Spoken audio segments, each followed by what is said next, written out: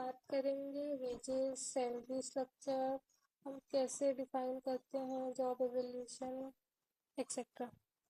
सबसे पहले बात करते हैं एम्प्लॉय कंपनसेशन। एम्प्लॉय कंपनसेशन क्या होता है? जितने भी मॉनेटरी और नॉन मॉनेटरी बेनिफिट्स होते हैं जो हम एम्प्लॉयज़ को देते हैं उनके काम के बदले या उनके सर्विसेज के बदले, उसको हम एम्प्लॉय कंपनसेशन बोलते हैं। इसके अंदर फाइनेंशियल बेनिफिट्स जैसे कि सैलरी, बोनस, इंसेंटिव्स, और नॉन फाइनेंशियल बेनिफिट्स जैसे कि परफॉर्मेंस अप्रेजल और ट्रेनिंग डेवलपमेंट, करियर ग्रोथ, दोनों आते हैं। इसको हम दो तरीके से बांट सकते हैं। पहला है डायरेक्ट कंपनसेशन। डायरेक्ट कंपनसेशन जो हम डायरेक्टली एम्प्लॉयज़ को देते हैं, जैसे सैलरी, उसका bonus, festive bonus, Diwali bonus, wages, incentives, कुछ वो लोग अच्छा परफॉर्म किए तो उनको इंसेंटिव्स देते हैं, कमीशन। और इनडायरेक्ट कंपनसेशन कि हम एम्प्लॉयज़ का पीएफ फंड बनाते हैं, प्रोविडेंट फंड, उनको ग्रेचुटी देते हैं, उन इंश्योरेंस करवाते हैं, health insurance, life insurance, paid leave, employees को कुछ पेड लीव्स दी जाती हैं, रिटायरमेंट बेनिफिट्स। और सिंपल टर्म में हम कहें कंपनसेशन क्या है, तो जितने भी तरह के रिवॉर्ड हम एम्प्लॉयज़ को देते हैं उनकी सर्विसेज के लिए, उसको हम कंपनसेशन बोलते हैं। अब बात करते हैं ऑब्जेक्टिव्स ऑफ कंपनसेशन। क्या क्या ऑब्जेक्टिव्स हैं कंपनसेशन के लिए? टू अट्रैक्ट टैलेंट, हम टैलेंट को अट्रैक्ट करने के लिए, नए नए लोगों को, स्किल्ड वर्कर्स, स्किल्ड एम्प्लॉयज़ को अट्रैक्ट करने के लिए उनको कंपनसेट करते हैं। टू रिटेन एम्प्लॉयज़, ये एम्प्लॉयज़ जो है वो किसी भी कंपनी के मोस्ट वैल्यूएबल एसेट्स होते हैं, तो उनको अट्रैक्ट करने के लिए, उनको रिटेन करने के लिए हम उनको समय समय पे कंपनसेट करते हैं। मोटिवेट परफॉर्मेंस, एम्प्लॉयज़ को मोटिवेट करने के लिए, अगर वो मोटिवेट रहेंगे तो उनकी परफॉर्मेंस बेटर होगी, एफिशिएंट रहेगी। और अगर वो लोग डीमोटिवेट रहेंगे तो उनकी परफॉर्मेंस में इफेक्ट आएगा, इसलिए उनको मोटिवेट करने के लिए हम उनको कंपनसेट करते हैं। इंश्योर इक्विटी, मतलब सबको फेयर वेज या सैलरी मिले। जैसे मेल फीमेल है तो अगर दोनों सेम काम कर रहे हैं तो दोनों को सेम कंपनसेशन मिले। किसी भी तरह की बायसनेस नहीं होनी चाहिए। कंप्लाई विथ लीगल रिक्वायरमेंट, जो भी गवर्नमेंट के लॉज रूल्स हैं उसके हिसाब से हमारा कंपनसेशन सिस्टम होना चाहिए। इम्प्रूव जॉब सेटिस्फेक्शन, अगर हम सही से टाइमली कंपनसेट करेंगे एम्प्लॉयज़ को तो वो लोग सेटिस्फाई रहेंगे, तो वो लोग ज़्यादा प्रोडक्टिविटी के साथ अच्छे से काम करेंगे। इनहेंस प्रोडक्टिविटी, एम्प्लॉयज़ की प्रोडक्टिविटी बढ़ाने में भी हेल्प करेगा हमको। अब बात करते हैं जॉब एवोल्यूशन। जॉब एवोल्यूशन क्या होता है? जॉब एवोल्यूशन एक सिस्टमेटिक प्रोसेस है जिसके थ्रू हम किसी भी काम की वर्क पता करते हैं कि वो जॉब की वैल्यू क्या है। जैसे फॉर एग्जांपल एक वर्कर है, वो पूरा दिन फैक्ट्री में काम करता है, तो वो जॉब की कीमत, उसकी वैल्यू क्या होगी, ये जॉब में फोकस करते हैं, ना कि एम्प्लॉयज़ में। कि कोई भी जॉब रोल है तो वो जॉब रोल की कीमत क्या है, कि हम उस जॉब रोल के लिए मैक्सिमम कितना पैसा दे सकते हैं। इसका पर्पस क्या है? हम जॉब रोल डिफाइन करते हैं ताकि हम फेयर वेज स्ट्रक्चर बना सके वो रोल के हिसाब से, कि अगर लेबर का काम है तो उसके हिसाब से पैसा, अगर कोई हाई लेवल का काम है या कोई क्रिएटिव काम है जो हर कोई नहीं कर सकता तो उसके लिए अलग रेट रहेगा। तो हम फेयर वेज सिस्टम बना सके इसीलिए हम वो जॉब का एवोल्यूशन करते हैं। मेंटेन इंटरनल इक्विटी, मतलब कंपनी के अंदर इंटरनली सब चीज़ें सही रहे, लोग आपस में लड़े ना, जेलसी ना क्रिएट हो, एक इंटरनली सब चीज़ सही रहे। रिड्यूस पे डिस्प्यूट, जो वेजेस और सैलरी को लेके होने वाली लड़ाई झगड़े उसको कम करने के लिए हम जॉब एवोल्यूशन करते हैं कि इस काम का तो इतना ही पैसा होता है। अगर कोई एम्प्लॉय ज़्यादा डिमांड करता है तो उसको हम समझा सके कि इतने में कोई भी कर देगा ये काम। Process of job evolution. Job evolution हम कैसे कर सकते हैं? पहले जॉब एनालिसिस। हम जॉब के बारे में सब चीज़ें एनालाइज करेंगे, मतलब जॉब डिस्क्रिप्शन और जॉब स्पेसिफिकेशन, कि हम जॉब से रिलेटेड सारी इंफॉर्मेशन कलेक्ट करेंगे कि उसकी ड्यूटीज़ क्या है, रिस्पॉन्सिबिलिटी क्या है, टास्क क्या है। जॉब स्पेसिफिकेशन की हमको उस जॉब के लिए क्या स्किल की रिक्वायरमेंट है, क्या एजुकेशन एक्सपीरियंस चाहिए वो जॉब रोल के लिए। फिर सिलेक्शन ऑफ मेथड। हम ये सिलेक्ट करेंगे कि हम किस टेक्निक के थ्रू वो जॉब को एवेल्यूट करेंगे। दो इसके बारे में हम आगे पढ़ेंगे। दो टेक्निक होती है, क्वांटिटेटिव और नॉन क्वांटिटेटिव। तो हम टेक्निक का सिलेक्शन करेंगे कि किस टेक्निक के थ्रू हम जॉब को एवेल्यूट करेंगे।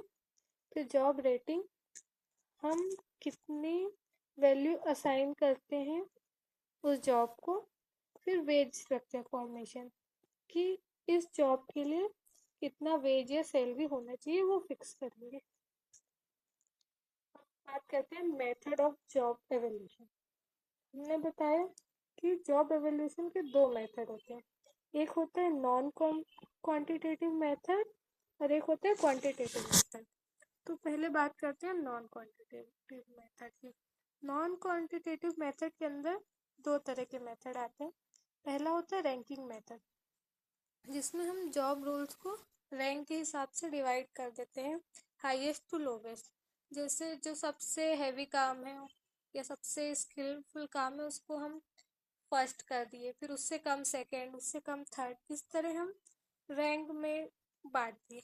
ये छोटी कंपनीज या कम नंबर ऑफ एम्प्लॉयज़ के लिए सही रहता है, क्योंकि हम कितने, अगर हमारी एम्प्लॉय 50, मतलब हमारी कंपनी में 50-100 एम्प्लॉय हैं, तो हम कैसे उसको अरेंज करेंगे 50 रैंक तक, 100 रैंक तक।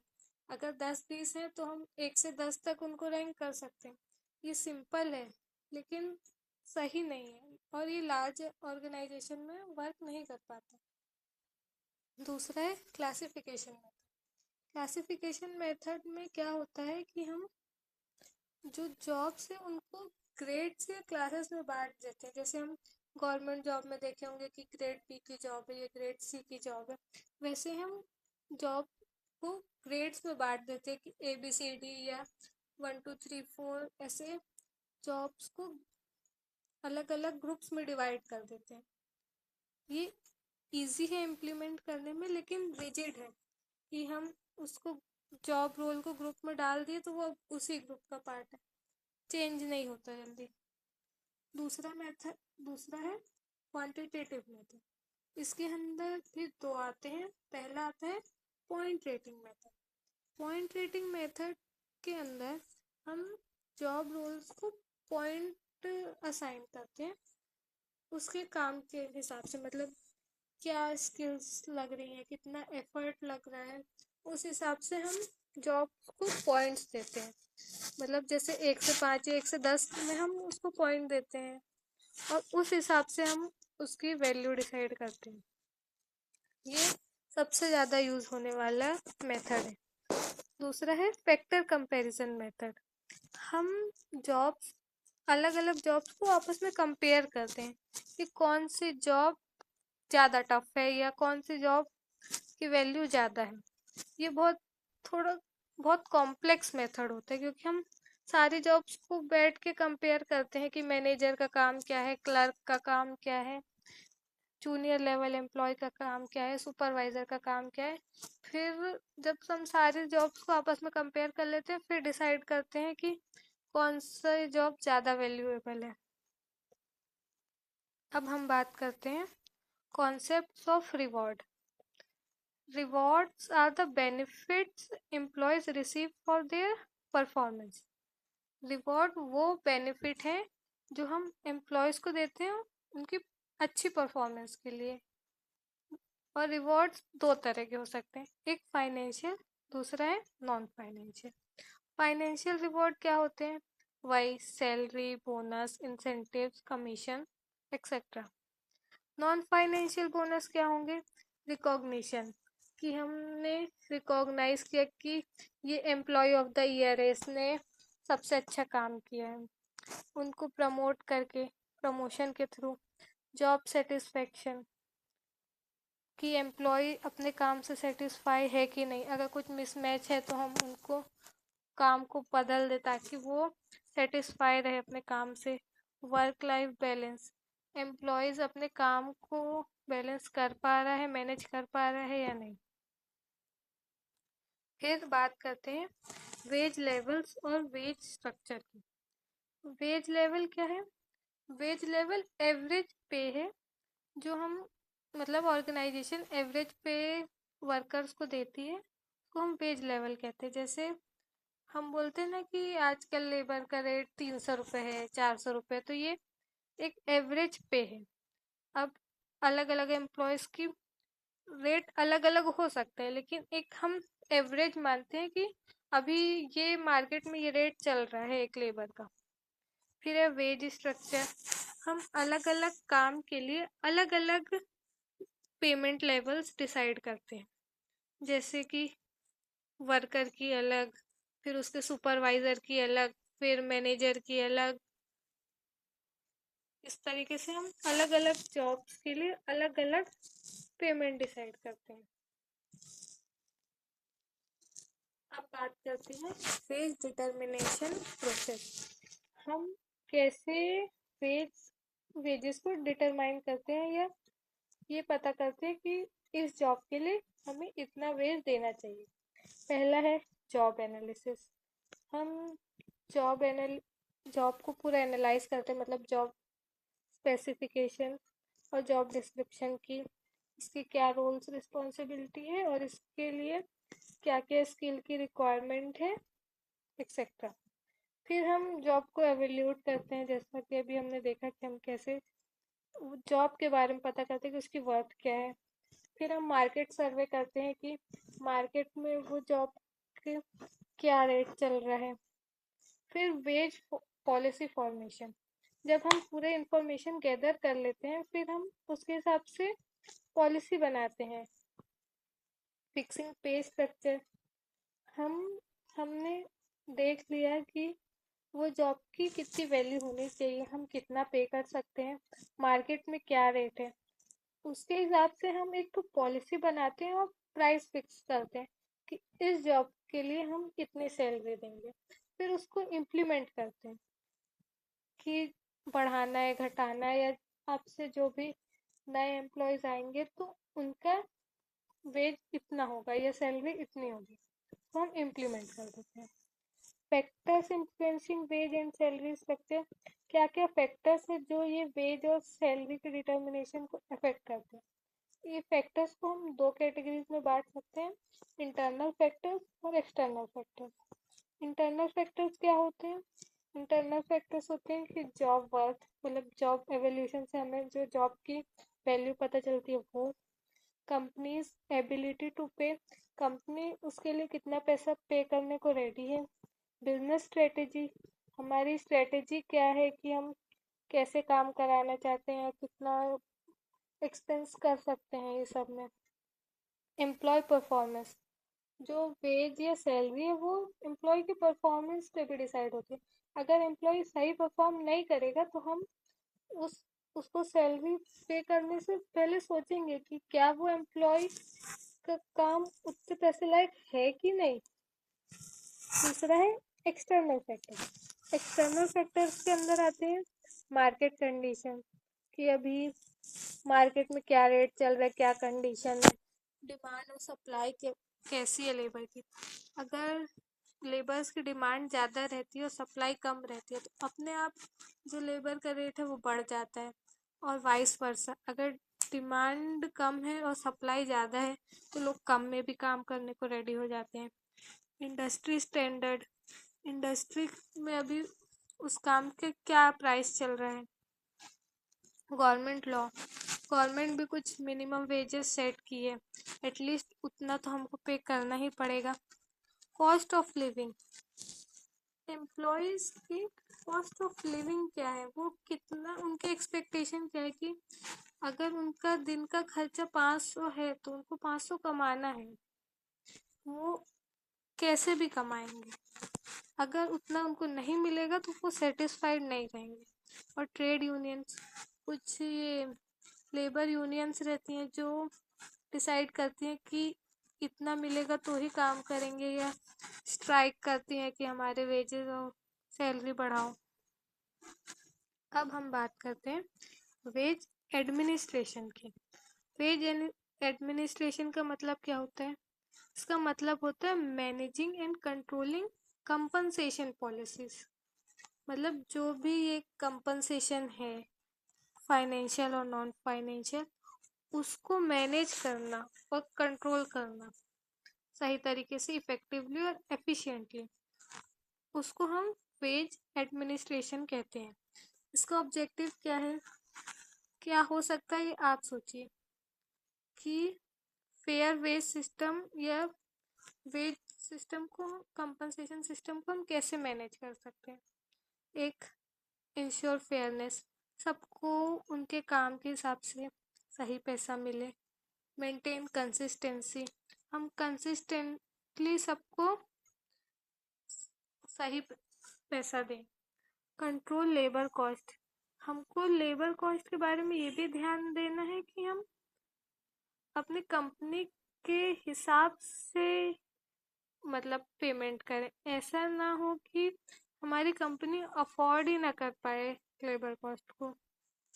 इम्प्रूव एम्प्लॉय मोरल, एम्प्लॉयज़ भी मोटिवेटेड रहे। अगर वो लोग डिमोटिवेट हो जाएंगे तो प्रोडक्टिविटी कम हो जाएगी, एम्प्लॉयज़ टर्नओवर रेट बढ़ जाएगा, जिससे कंपनी को नुकसान होगा।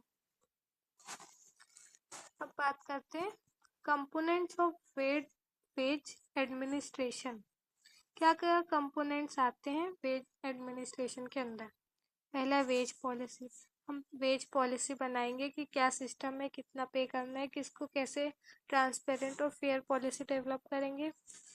पे स्ट्रक्चर डिफाइन करेंगे कि ये काम का इतना पैसा मिलेगा।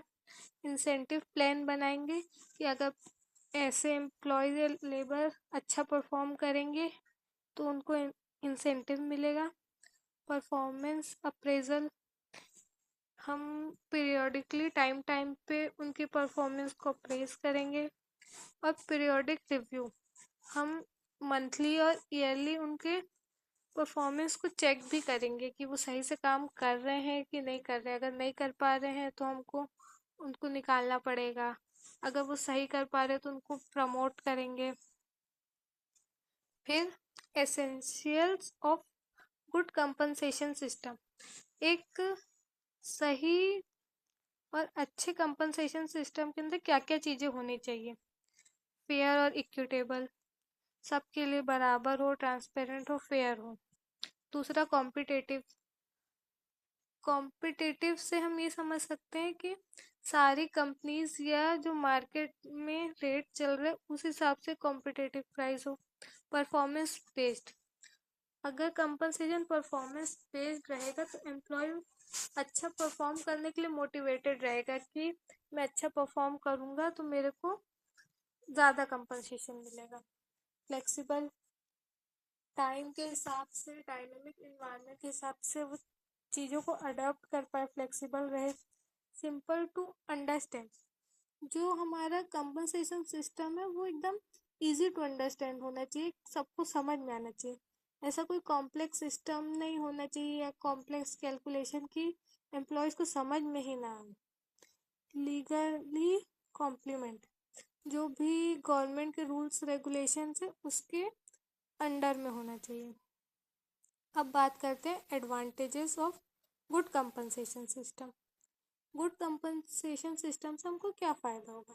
पहला, अट्रैक्ट स्किल एम्प्लॉय, हम स्किल एम्प्लॉयज़ को अट्रैक्ट कर पाएंगे।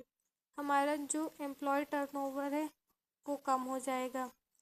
इम्प्रूव मोटिवेशन, जो एम्प्लॉयज़ हैं वो मोटिवेटेड रहेंगे। इंक्रीज प्रोडक्टिविटी, अगर वो मोटिवेटेड हैं, सही से काम करेंगे तो उनको प्रोडक्टिविटी बढ़ेगी। और एक पॉजिटिव वर्क कल्चर या पॉजिटिव एनवायरनमेंट रहेगा हमारी ऑर्गेनाइजेशन के अंदर। Limitations and challenges of compensation system. High cost to company, company को ये सिस्टम पॉलिसी बनाने का एक्स्ट्रा खर्चा आता है।